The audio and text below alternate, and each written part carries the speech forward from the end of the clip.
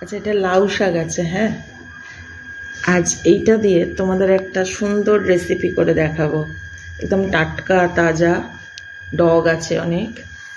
দেখো কি করি। শাকের ডগগুলো এইগুলো দিয়ে করব। এগুলো এরকমভাবে কেটে নেবে।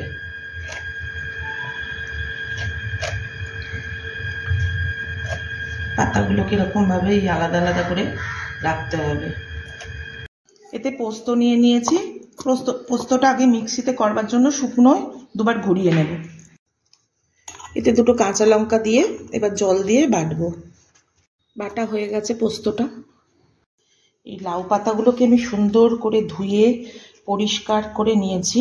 পাতাগুলো একদম গোটা গোটা, দেখো সুন্দর আছে। এই পাতাগুলোকে এইভাবে আমি সাজিয়েছি। নিয়ে এই যে মিক্সিতে পোস্তটা যেটা পেস্ট করে নিয়েছি, এটা শিলেতেও করতে পারো। এবার এইটাকে এই পাতার মধ্যে নিয়ে নেব।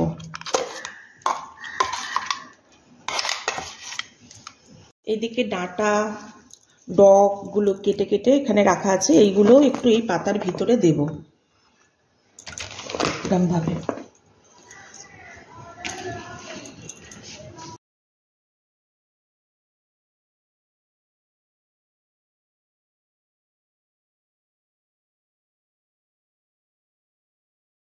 দেখো এরকমভাবে বেঁধে নেবে। হ্যাঁ, আর যদি এদিকটা খোলা মনে হয়, গ্যাসটা জ্বেলে দিলাম।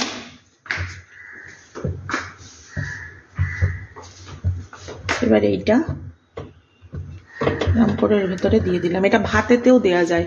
ভাতে দিলে কিন্তু ভীষণ ভালো টেস্ট হয়। আজকে আমি ভাতে দেব না, আমি স্টিমেই করব। কিন্তু এটা স্টিমেই করতে হবে, নয় ভাতে অথবা স্টিমেও করতে পারেন। দেখো এটা হয়ে গেছে। এবার আমি এই সুতোগুলো খুলে দেব। একটু সরষের তেল দিয়ে দিলাম।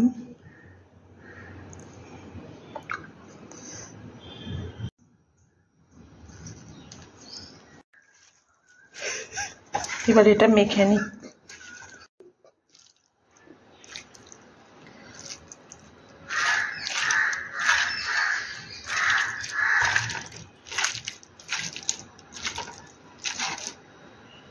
আজকে আমার হাজব্যান্ডকে দিয়ে মাখালাম। হয়ে গেছে।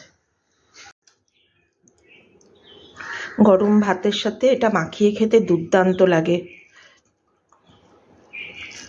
এইভাবে আপনারা করবেন, খুব ভালো লাগবে। কি গো, কেমন লাগছে খেতে? ভারী চমৎকার হয়েছে।